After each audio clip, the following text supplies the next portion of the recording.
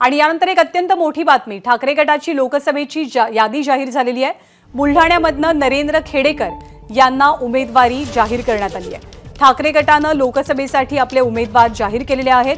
बुलढाण्यामधनं उमेदवार देण्यात आलेले आहेत नरेंद्र खेडेकर। आता इतर नावं कोणती असतील याची सुद्धा उत्सुकता आहे। उद्यापर्यंत महायुतीची सुद्धा यादी जाहीर होईल, हे कालच अजित पवारांनी स्पष्ट केलं। महायुतीची एकत्रित यादी अद्याप आलेली नसली तरी ठाकरे गटाने बुलढाण्यातले आपले उमेदवार जाहीर केलेले आहेत। बुलढाण्यामधनं नरेंद्र खेडेकर यांना उमेदवारी मिळाली आहे। यवतमाळ वाशिममधनं संजय देशमुख यांना उमेदवारी दिली जाते। मावळमधनं संजोग वाघेरे पाटील यांना उमेदवारी मिळते। सांगलीची जागा ही शिवसेनेकडेच असेल, ठाकरे गटाकडे असेल हे स्पष्ट होतंय, कारण अधिकृतपणे चंद्रहार पाटील यांच्या नावाची घोषणा होते। हिंगोलीमधनं नागेश पाटील आष्टीकर यांना उमेदवारी मिळाली आहे। संभाजीनगरमधनं चंद्रकांत खैरे माजी खासदार यांना संधी दिली गेली आहे ठाकरे गटाकडनं। तर उस्मानाबादमधनं धाराशिवमधनं ओमराजे निंबाळकर यांनाच पुन्हा एकदा पक्षानं संधी दिली आहे। शिर्डीची जागा ही ठाकरे गटाची असेल, भाऊसाहेब वागचौरे यांना उमेदवारी मिळते। नाशिकची जागा सुद्धा ठाकरे गट लढवत आहे। राजाभाऊ वाजे यांना उमेदवारी मिळाली आहे। रायगडमधनं अनंत गीते यांचं नाव आधीच घोषित झालेलं होतं, त्यांनाच पक्षानं पुन्हा एकदा संधी दिलेली आहे। तर सिंधुदुर्ग रत्नागिरीमधनं विनायक राऊत यांना संधी मिळालेली आहे। ठाण्यामधनं राजन विचारे हे ठाकरे गटाचे उमेदवार असतील। ईशान्य मुंबईची जागा जी थोडीशी वादात होती महाविकास आघाडीत, ईशान्य मुंबईमधनं संजय दीना पाटील हे निवडणूक लढवतील। मिहिर कोटेचा यांची उमेदवारी भाजपनं इथून आधीच जाहीर केली आहे, त्यामुळे ठाकरे गट विरुद्ध भाजप असा ईशान्य मुंबईतला सामना असेल। अरविंद सावंत दक्षिण मुंबईचे विद्यमान खासदार, त्यांनाच पुन्हा एकदा संधी मिळते। तर वायव्य मुंबईतनं अमोल कीर्तिकरांचं नाव घोषित झालंय। याच अमोल कीर्तिकरांना ईडीची नोटीस काही वेळापूर्वी आली आहे आणि आज चौकशीसाठी बोलावलेलं आहे। 16वं नाव आहे परभणीमधनं संजय जाधव यांचं। तर 16 जागा किंवा 16 उमेदवार ठाकरे गटाकडनं घोषित करण्यात आले आहेत। वेदांत नेब आपल्या सोबत आहेत। वेदांत,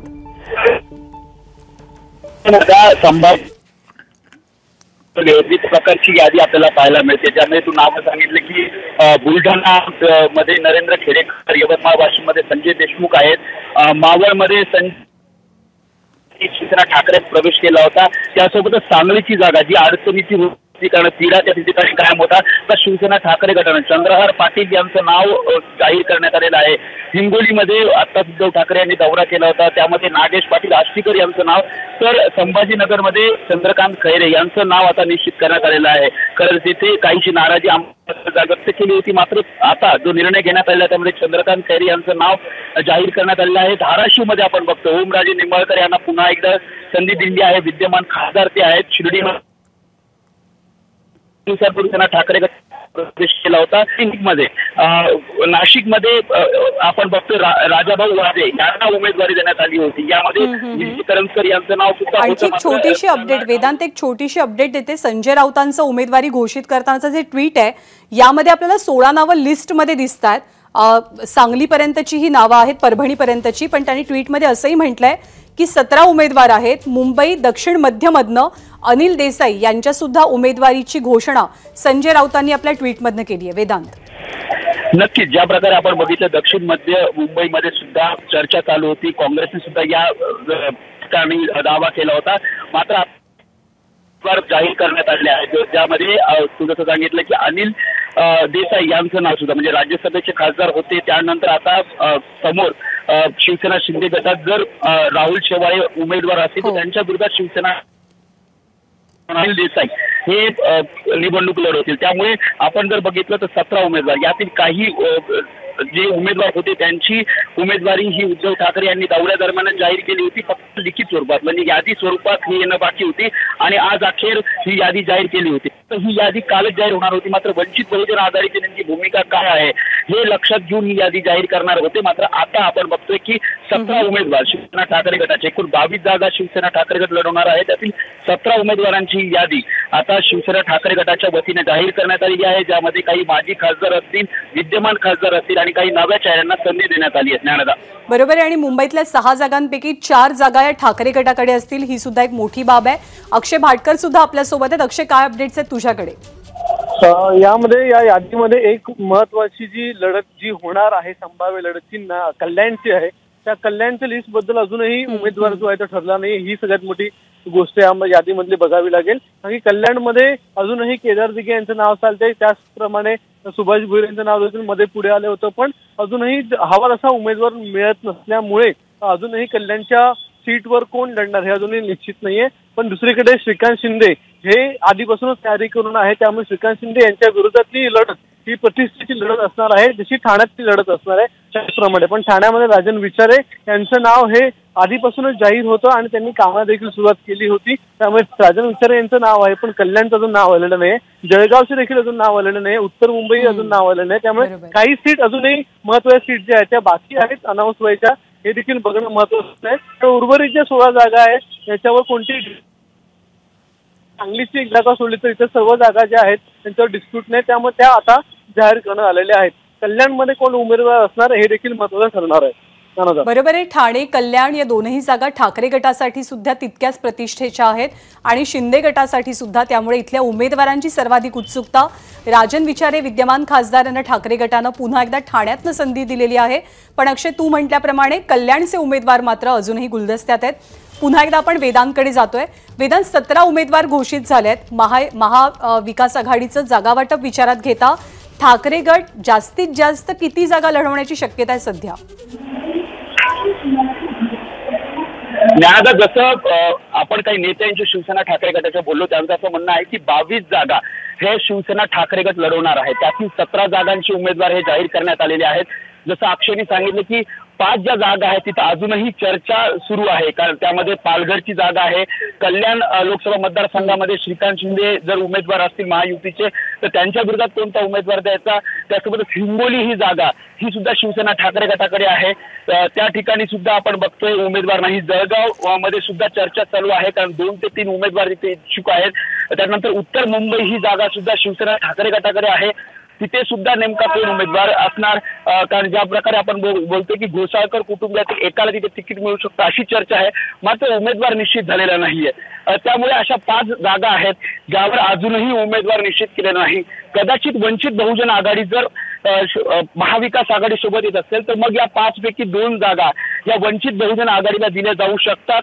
तशा प्रकारची सुद्धा एक व्यूहरचना किंवा तशा प्रकारची प्लॅनिंग महाविकास आघाडीकडून आहे, कारण जर 5 जागांचा प्रस्ताव वंचित बहुजन आघाडीला दिला आहे तर शिवसेना ठाकरे गट 2, काँग्रेस 2 आणि राष्ट्रवादी शरदचंद्र पवार पक्ष 1 अशा 5 जागा या दिल्या जाऊ शकतात. त्यामुळे या 5 ज्या जागा आहेत ज्या शिवसेना ठाकरे गटांना अजूनही बाजूला ठेवलेल्या आहेत किंवा तिथे उमेदवार दिलेला नाहीये, त्यातील काही जागा जर वंचित बहुजन आघाडी सोबत असेल तर त्यांना दिल्या जाऊ शकतात. मात्र जे 17 उमेदवार ज्या प्रकारे आपण संभाव्य यादी आपल्या चॅनलच्या माध्यमातून दाखवत होतो त्या संभाव्य यादीनुसार ही सर्व आपण उमेदवार बघतो. फक्त नाशिकची जागा, नाशिकमध्ये ज्या प्रकारे आपण बघितलं नाशिकमध्ये उमेदवार राजाभाऊ वाजे यांना उमेदवारी देण्यात आलेली आहे. तिथे लोकसभा संघटक म्हणून विजय करंजकर यांचं नाव सुद्धा चर्चेत होतं, मात्र त्यांच्याऐवजी आता राजाभाऊ वाजे हे शिवसेना ठाकरे गटाचे उमेदवार असतील. मात्र जर उर्वरित आपण यादी बघितली तर जी संभाव्य यादी होती त्यानुसारच ही यादी आपल्याला पाहायला मिळते.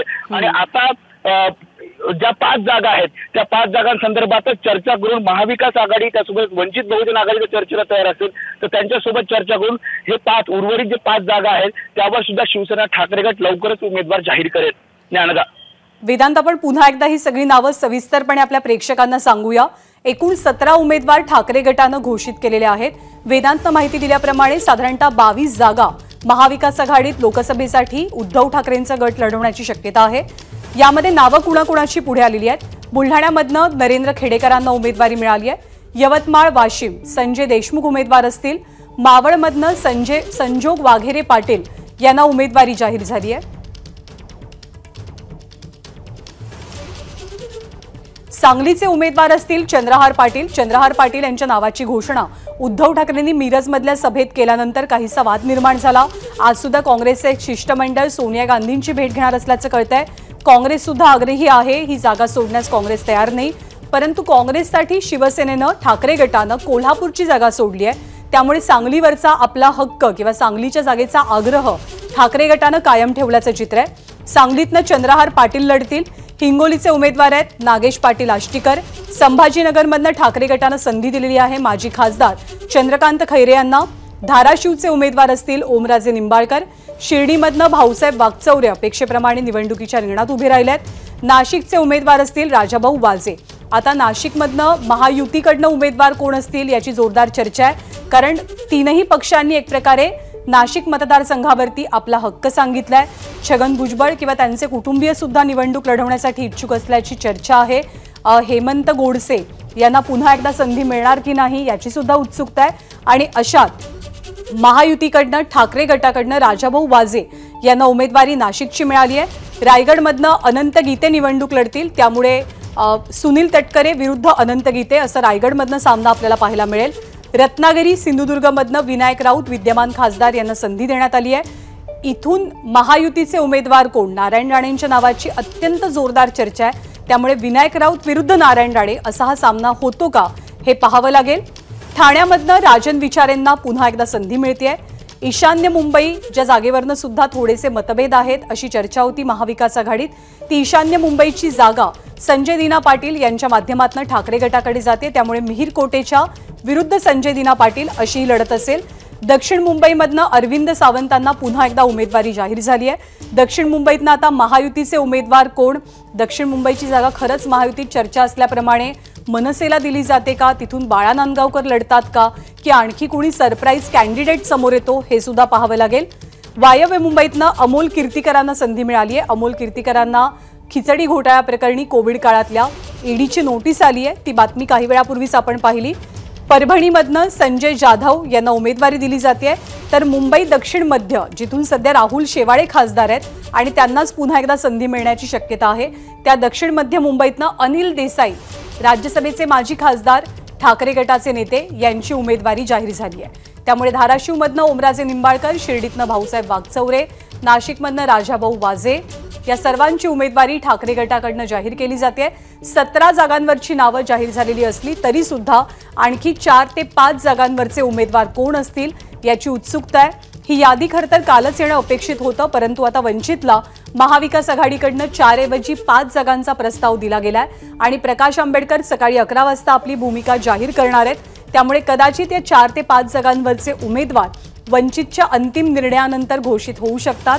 महाविकास आघाडीमध्ये हे जागा वाटपाचं नेमकं सूत्र कसं आहे हे काही दिवसातच किंवा काही तासात आपल्याला समजेल। 17 उमेदवारांची यादी ठाकरे गटानं जाहीर केली आहे। आता महायुतीचे या जागांवरचे काही जागांवरचे उमेदवार निश्चित झालेत, परंतु इतर जागांवरनं कुणाला संधी मिळते आणि लढती कशा असतील हे पाहणं इंटरेस्टिंग असेल।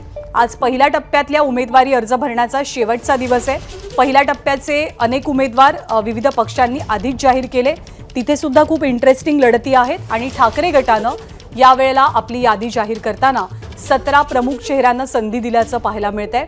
अनेक ठिकाणी रंगतदार गोष्ट हीच असेल की शिवसेना विरुद्ध शिवसेना असे सामने आपल्याला पाहायला मिळतील किंवा राष्ट्रवादी विरुद्ध राष्ट्रवादी अशी सुद्धा इंटरेस्टिंग लढत पाहायला मिळेल।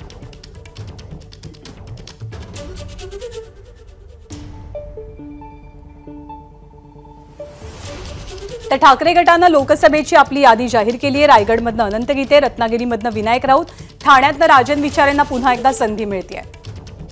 माजी खासदार अनंत गीते सध्या आपल्या सोबत आहेत। अनंत गीतेजी, सगळ्यात आधी आपलं अभिनंदन, आपल्याला लोकसभेसाठी पक्षानं अधिकृतरित्या उमेदवारी जाहीर केली आहे। आत्ताच्या यादीवरती आपली प्रतिक्रिया? मी धन्यवाद देतो आपल्याला, आपण माझं अभिनंदन केल्याबद्दल। विजयी उमेदवाराचं आपण अभिनंदन केलेलं आहे। माझी उमेदवारी शिवसेना पक्षप्रमुख उद्धव बाळासाहेब ठाकरे यांनी जाहीर केली आहे आणि मी इंडिया आघाडीचा उमेदवार आहे आणि यावेळेला इंडिया आघाडी ही एकत्रपणे या निवडणुकीमध्ये उतरलेली आहे आणि ही निवडणूक लढणार आहे। अतिशय उत्तम मनोमिलन इंडिया आघाडीचं झालेलं आहे, त्यामुळे या निवडणुकीमध्ये निश्चित माझा विजय होईल असा माझा विश्वास आहे। आपली थेट लढत आहे विद्यमान खासदार सुनील तटकरे यांच्या सोबतची, काय स्ट्रॅटेजी आहे किंवा कशा पद्धतीने ही निवडणूक लढवण्याचा विचार आहे? ही निवडणूक जनताच लढवणार आहे, रायगडचा मतदार लढवणार आहे। रायगडच्या मतदाराने निर्णय घेतलेला आहे, कुठल्याही परिस्थितीत या निवडणुकीमध्ये तटकरेंचा पराभव करण्याचा निर्धार रायगडच्या जनतेनेच व्यक्त केलेला आहे आणि त्यामुळे हा निर्धार रायगडची जनता या निवडणुकीमध्ये मतदाराच्या रूपामध्ये निश्चितपणाने सिद्ध करेल। एक सांगलीच्या जागेबद्दल विचारायचं होतं की सांगलीच्या जागेवरनं बरेच मतभेद समोर आले, चर्चा झाली. उद्धव ठाकरेंनी चंद्रहार पाटील यांचं नाव आता जाहीर केलंय, पण काँग्रेसमध्ये अजूनही नाराजी असल्याचं कळतंय. काय स्टेटस आहे सांगलीच्या जागेचा? या विषयावरती मला काही त्याची तपशील नाहीये माझ्याकडे आणि ती बोलणं पण उचित होणार नाहीये. पक्षप्रमुखांनी निर्णय घेतलाय. इंडिया आघाडीमध्ये पक्षप्रमुखांचं स्थान अतिशय उत्तम स्थान आहे किंवा महाराष्ट्रात किंबहुना अग्रस्थान आहे. त्याच्यामुळे हा वाद वाढणार नाही, हा वाद संपेल असा माझा विश्वास. अच्छा, 17 नावं या यादीमध्ये आता घोषित झाली आहेत. आणखी किती जागा ठाकरे गट लढवणार आहे? म्हणजे अजूनपर्यंत काही तुमचं आघाडीचं ऑफिशियल जागा वाटप समोर नाही आलंय, पण आणखी किती जागा? एकूण 22 जागांचा प्रयत्न सुरू आहे. 22 जागा, त्याच्यामध्ये काही मित्रपक्ष पण आहेत, परंतु जो काही अंतिम निर्णय आहे तो उद्धव साहेबच घेतील. अच्छा, मग या जागा किंवा हे मतदारसंघ वगळता म्हणजे उरलेल्या ज्या जागा आहेत त्यातले कोणते मतदारसंघ मिळण्यासाठी ठाकरे गट आग्रही आहे? नाही, असं काही तसं नाहीये, कारण या बाबतीत चर्चा करणं योग्य होणार नाहीये. कारण या निवडणुकीमध्ये इंडिया आघाडी जिंकणं हे सूत्र इंडिया आघाडीच्या सगळ्याच घटक पक्षांनी स्वीकारले. त्याच्यामुळे उद्धव साहेब निश्चितपणे योग्य निर्णय घेतील. अनंत गीतेजी, आभार आपले, धन्यवाद. आपण सविस्तर प्रतिक्रिया दिली त्याबद्दल. त्यामुळे 22 जागांसाठी ठाकरे गट प्रयत्नशील आहे आणि या 22 जागांपैकी काही जागा या मित्रपक्षाला सुद्धा मिळू शकतात. मग तो मित्रपक्ष वंचित आहे का आणखी कुणी हे सुद्धा पाहावं लागेल. 17 जागांवरचे उमेदवार आत्ता सध्या तुर्तास ठाकरे गटानं जाहीर केलेले आहेत, ज्यामध्ये बुलढाण्यामधनं प्राध्यापक नरेंद्र खेडेकर. बुलढाण्यामध्ये जेव्हा उद्धव ठाकरे सभा घेण्यासाठी गेले होते तेव्हाच खूप जोरदार चर्चा होती. ही यादी खरं तर अपेक्षेप्रमाणे, चर्चेप्रमाणे एक सांगलीची आणि ईशान्य मुंबईची जागा सोडली तर, कारण या दोनही जागांमध्ये महाविकास आघाडीमध्येच काहीसे मतभेद दिसले होते किंवा विविध पक्षांचा आग्रह होता या 2 जागा आपल्याकडेच असाव्यात यासाठी. पश्चिम महाराष्ट्रातली समीकरणं अशी आहेत की कोल्हापूरची आपली हक्काची जागा ही शिवसेनेनं काँग्रेससाठी सोडली. काँग्रेसच्या चिन्हावरती शाहू महाराज छत्रपती तिथे निवडणूक लढवतात. ही जागा शिवसेनेकडे होती, ठाकरे गटाकडे. ती जागा सोडल्यामुळे सांगलीचा आग्रह ठाकरे गटानं लावून धरलेला होता. मिरजमधल्या सभेत चंद्रहार पाटील यांची उमेदवारी उद्धव ठाकरेंनी जाहीर सुद्धा केलेली होती. मशाल चिन्हावरती ते निवडणूक लढतील असं त्यांनी म्हटलेलं, पण तरी सुद्धा नाराजीच्या आणि कुरबुरीच्या बातम्या येतच होत्या. त्यामुळे उत्सुकता होती की सांगलीमध्ये नेमकं काय होतंय. विनायक राऊत आपल्यासोबत आहेत. विनायक राऊतजी, तुमचंही अभिनंदन. पुन्हा एकदा पक्षानं विश्वास दाखवलाय, संधी मिळते लोकसभेसाठी. काय प्रतिक्रिया आत्ताच्या यादीवरती? पहिली प्रतिक्रिया. पक्षप्रमुख माननीय उद्धव ठाकरे साहेबांनी पुन्हा एकदा या लोकसभेच्या निवडणुकीकरता मला संधी प्राप्त करून दिली, त्याबद्दल मी मनापासून त्यांचे आभार व्यक्त करतो. माननीय आदित्यजी ठाकरे यांचे सुद्धा मनापासून आभार. आणि पहिल्या यादीमध्ये प्रसिद्ध झालेली जी नावं आहेत, नक्कीच अत्यंत विचारपूर्वक निवडून येणाऱ्या त्या जे कार्यकर्ते आहेत, पक्ष पदाधिकारी आहेत, त्यांना ती उमेदवारी दिलेली आहे. आणि म्हणून या येणाऱ्या निवडणुकीला सुद्धा पुन्हा एकदा 3ऱ्या वेळेला कोकणातून रत्नागिरी सिंधुदुर्गमधून 3ऱ्या वेळेचा खासदार निवडून येण्यामध्ये मला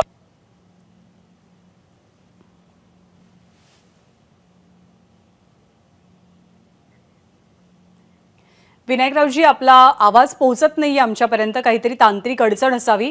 जर तुमच्यापर्यंत आवाज पोहोचत असेल तर तुमचं म्हणणं पूर्ण कराल.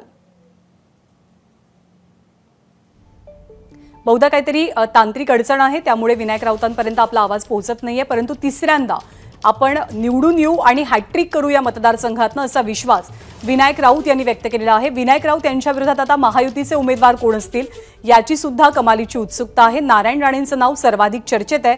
त्यामुळे विनायक राऊत विरुद्ध नारायण राणे म्हणजे एक प्रकारे शिवसेनेतच असलेले दोघे जण, म्हणजे नारायण राणे हे अर्थातच पूर्वाश्रमीचे शिवसैनिक आहेत आणि विनायक राऊत हे सध्या शिवसेनेमध्ये ठाकरे गटामध्ये. त्यामुळे असा हा सामना शिवसैनिक विरुद्ध शिवसैनिक असा होईल का याची सुद्धा उत्सुकता आहे. जोरदार चर्चा आहे. दक्षिण मध्य मुंबईतनं अनिल देसाई यांच्यावरती विश्वास दर्शवत त्यांना संधी दिली आहे. राहुल शेवाळे इथे विद्यमान खासदार आहेत आणि आता अनिल देसाई त्यांच्या विरोधात निवडणूक लढवतील, कारण राहुल शेवाळे यांची उमेदवारी जवळपास निश्चित मानली जाते. राज्यसभेची टर्म संपल्यानंतर अर्थातच बदललेल्या राजकीय समीकरणांमुळे अनिल देसाईंना पक्षाला पुन्हा एकदा संधी देता आली नाही, परंतु अनिल देसाईंना आता लोकसभेची उमेदवारी दिली आहे. पुन्हा एकदा हे 17 उमेदवार आपण पाहतोय. बुलढाण्यामधनं प्राध्यापक नरेंद्र खेडेकर, वाशिममधनं संजय देशमुख, मावळमधनं संजोग वाघेरे पाटील, सांगलीतनं चंद्रहार पाटील, हिंगोलीतनं नागेश पाटील आष्टीकर, परभणीतनं संजय जाधव, छत्रपती संभाजीनगरमधनं चंद्रकांत खैरे, धाराशिवमधनं ओमराजे निंबाळकर, शिर्डीतनं भाऊसाहेब वागचौरे, ठाण्यातनं राजन विचारे,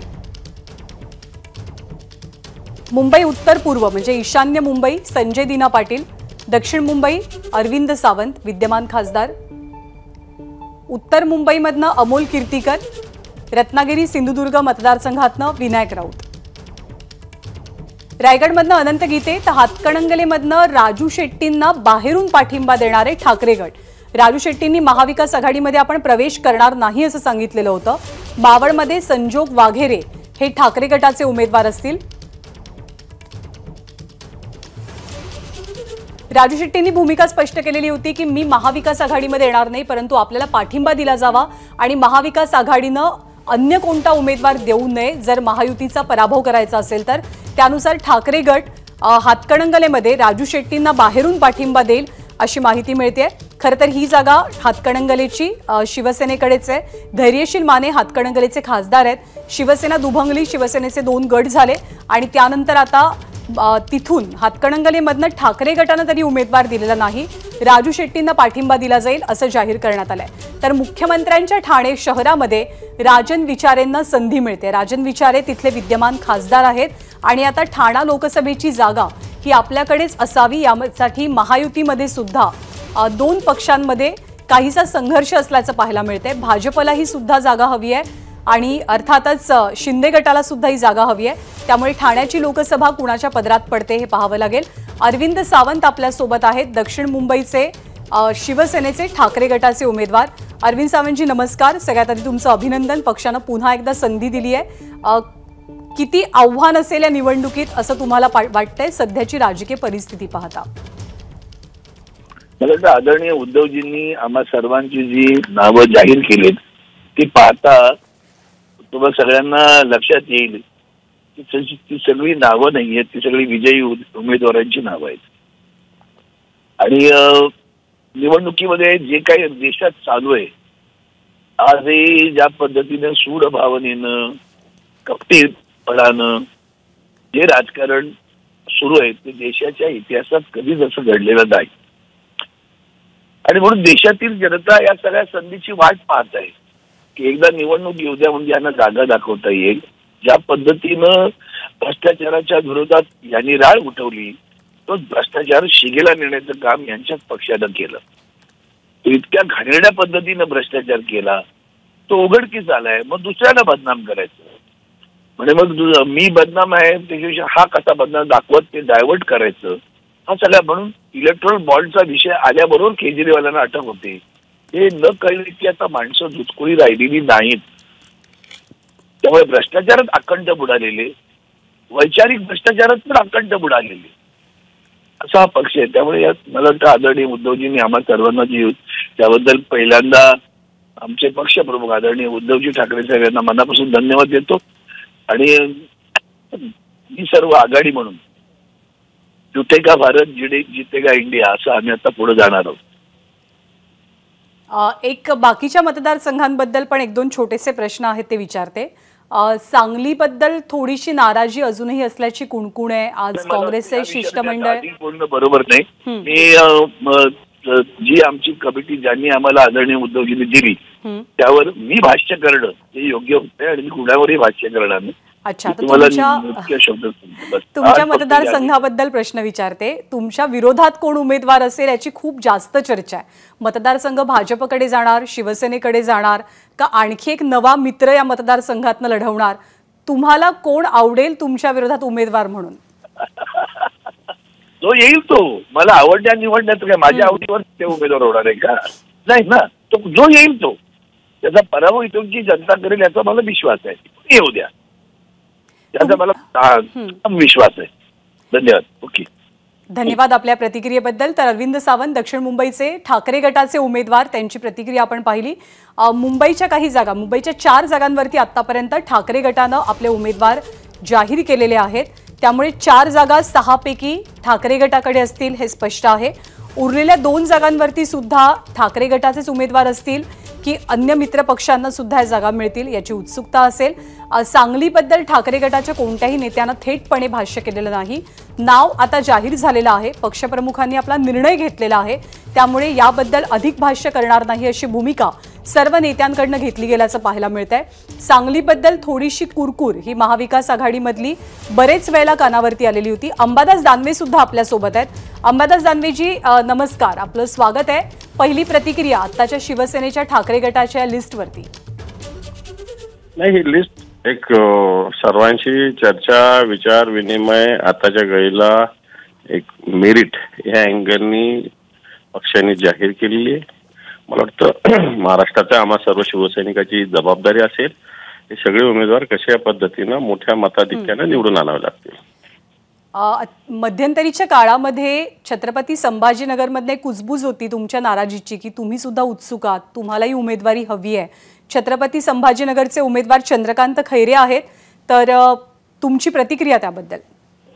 पण मी शिवसैनिक आहे, बाळासाहेबाचा संघटना म्हणून माझा अधिकार आहे। माझा काय कोणत्याही शिवसैनिकाचा अधिकार असू शकतो त्याने इच्छुक राहणं, त्याला कोणी थांबवू शकत नाही। शिवसेनामध्ये असं कोणीही थांबवू शकत नाही। एक सामान्य शिवसैनिक सुद्धा अशा पद्धतीने इच्छुक असू शकतो, पण ज्या दिवशीपर्यंत निर्णय होत नाही तो दिवसापर्यंत, ज्या दिवशी निर्णय झाला त्या दिवशी विषय संपलेला असतो। त्या दिवशी संघटना म्हणून सगळ्यांना एकत्रित काम करायला इच्छा, एका निवडणुकीसाठी 4-4, 5-5 उमेदवार असू शकतो, त्याला काय फरक पडतो? कोणी इच्छुक राहू नये असं थोडी त्याचा अर्थ आहे। पण त्या दिवशी आता निर्णय त्यानंतर काम करायचं असं एक संघटनेची सिस्टीम असते, ती सिस्टीम आहे, फॉलो करू। अच्छा, ही उमेदवारी चंद्रकांत खैरेंची तुम्ही आनंदानं समाधानानं स्वीकारताय? पक्षाचा आदेश, आनंद समाधान दुःख पक्षाच्या आदेशात नसतं, जे दिलेलं असतं ते स्वीकारायचं असतं असं मला वाटतं। अच्छा, 17 उमेदवार जाहीर झालेत, आणखी किती जागांवरती दावा आहे किंवा आग्रह आहे ठाकरे गटाचा? अजून 4-5 जागा आहे, होईल त्याचे उमेदवार जाहीर। त्यात काही जागा मित्रपक्षांच्या असतील का सगळ्या ठाकरे गटाच्या असतील? ठाकरे गटाच्या बोलतो मी, बाकीच्या पक्षाचं मी कशाला बोलू? माझ्या पक्षाचा बोलतोय मी। अजून 4-5 एक जागा होतील आमच्या। नाही, त्या सगळ्या जागा या ठाकरे गटाचेच उमेदवार असतील का मित्रपक्षांसाठी सुद्धा 1-2 जागेचा विचार? नाही, आमचे ठाकरे गट नाही, शिवसेना जे उद्धवजींच्या नेतृत्वाखाली काम करते त्याचं। ठाकरे गट कोणता पक्ष नाही, शिवसेना पक्ष आहे, उद्धवजींच्या नेतृत्वाखाली काम करणारा त्याचे। 17 अधिक आणखी 4 ते 5 म्हणजे साधारणतः 22 ते 23 जागांवरती आपल्याला उमेदवार दिसतील असं तुम्ही म्हणताय। आभार आपल्या सविस्तर प्रतिक्रियेबद्दल, माहितीबद्दल। तर शिवसेनेनं ठाकरे गटानं आपली पहिली यादी जाहीर केलेली आहे। काही नावं ही अपेक्षेप्रमाणेच आहेत। चंद्रहार पाटील यांच्या उमेदवारीवरनं बरीच नाराजी होती, परंतु आता सांगलीची उमेदवारी अधिकृतरित्या जाहीर झाल्यामुळे ठाकरे गटाकडेच ही जागा असेल हे स्पष्ट होत आहे। ठाण्याचे उमेदवार आणि विद्यमान खासदार राजन विचारे सुद्धा आपल्यासोबत आहेत। राजन विचारेजी, सगळ्यात आधी आपलं अभिनंदन, पुन्हा एकदा पक्षानं आपल्यावरती विश्वास दाखवलाय, पहिली प्रतिक्रिया आपली। धन्यवाद मॅडम। आज खऱ्या अर्थाने तुम्ही बघितलं असेल, सर्वप्रथम मी हिंदू हृदय सम्राट शिवसेना प्रमुख बाळासाहेब ठाकरे, आमचे गुरुवर्य धर्मवीर आनंदगे साहेब आणि आमचे पक्षप्रमुख उद्धव ठाकरे साहेब, त्याचबरोबर आदित्य साहेब यांना धन्यवाद देतो की माझ्यासारख्या एका कार्यकर्त्याला परत तिसऱ्यांदा संधी या ठिकाणी दिलेली आहे। आणि ही लढाई खऱ्या अर्थाने तुम्ही बघितलं असेल की निष्ठावान विरुद्ध गद्दार अशी ही लढाई आहे। आणि या लढाईमध्ये सर्व ठाणेकर वाट बघतात, कारण तुम्हाला माहिती असेल ठाणे जिल्ह्याचे दैवत धर्मवीर आनंदगे साहेब यांनी गद्दारांना क्षमा नाही म्हणून जी गद्दारी पहिले ठाण्यामध्ये झाली होती आणि या गद्दारीची सुरुवात दुसऱ्यांदा ही होते आणि या ठाण्यामधले ठाणेकर नक्कीच या गद्दारीला मुठमाती देतील असा विश्वास या ठिकाणी मी व्यक्त करतो। असं आहे की हा एक असा मतदारसंघ आहे ठाणे मतदारसंघ की राज्याचं नाही तर देशाचं सुद्धा निवडणुकीत या मतदारसंघाकडे लक्ष असेल। बदललेल्या राजकीय समीकरणांमुळे आणि अर्थातच मुख्यमंत्र्यांचं हे होम ग्राउंड आहे, होम पिच आहे। किती आव्हानात्मक वाटते तुम्हाला ही निवडणूक यावेळची? मी दरवेळेला मुख्यमंत्र्यांचं होम पिच म्हणता, हे सर्व जनतेचं होम पिच आहे। या जनतेनेच राजन विचारे सारख्या सामान्य कार्यकर्त्याला 4 वेळा नगरसेवक, महापौर, आमदार, 2दा खासदार म्हणून काम करण्याची संधी दिलेली आहे आणि भरघोस मतांनी त्यांनी काम करण्याचं हे दिलेलं आहे। आणि ह्या कुठल्याही मतदारांच्या ह्याला तडा न जाऊन देता आज निष्ठावंत म्हणून मला वाटतं मी ही लढाई लढतोय आणि नक्कीच निष्ठावंतांचा याच्यामध्ये विजय होईल. राजन विचारेजी, परिस्थिती थोडीशी वेगळी असेल असं वाटतं तुम्हाला यावेळेला, कारण ज्यांच्या सोबत तुम्ही काम केलं, तुमच्यासाठी ज्यांनी आतापर्यंत काम केलं प्रत्येक निवडणुकीत, ते सगळे विरोधात असणार आहेत, विरोधात काम करणार आहेत. मला वाटतं हे ठराविक लोक आहेत आणि मला वाटतं जनता माझ्या बरोबर असल्यामुळे मला कसलीच भीती नाही. मी माझ्या गावचं दैवत आहे सोमेश्वर, या ठिकाणी मी आज आलेलो आहे. त्यामुळे मला काय त्या गोष्टीचे ज्यांनी एवढी वर्ष 35 वर्ष सेवा केलेली आहे या जनतेची, मला जनतेवर नक्की विश्वास आहे. आणि जनता शेवटी जनता जनार्दनच हा ठरवत असते की कोणाला संधी द्यायची, आणि मला नक्की या जनतेवर सुद्धा विश्वास आहे. एक अगदी छोटासा प्रश्न विचारते जाता जाता, किती मताधिक्याने आपला विजय होईल असं वाटतं आपल्याला? मी परत सांगतोय, या ठाणेकरांनी माझ्यावरती भरपूर प्रेम केलेलं आहे. ठाणे असेल, नवी मुंबई असेल, मीरा भाईंदर असेल, गेल्या 10 वर्षामध्ये या विकासाच्या कामामध्ये सर्वात मोठं योगदान मला वाटतं मी केलेलं आहे. 24 तासामधले 15-16 तास मी या जनतेसाठी काम करतो आणि जनतेवर माझा विश्वास आहे. कारण मी गेल्या 10 वर्षामध्ये मग ते रेल्वे स्टेशन असेल, मग इतर विकासाची कामं असेल, मला वाटतं ज्या खासदाराला हे काम बरोबर आपल्या विकास कामांवरती आपला विश्वास आहे आणि त्यामुळे आपला विजय मोठ्या मताधिक्याने निश्चित आहे असा दावा आपण करताय. धन्यवाद आपल्या प्रतिक्रियेबद्दल. एबीपी माझा, उघडा डोळे बघा नीट.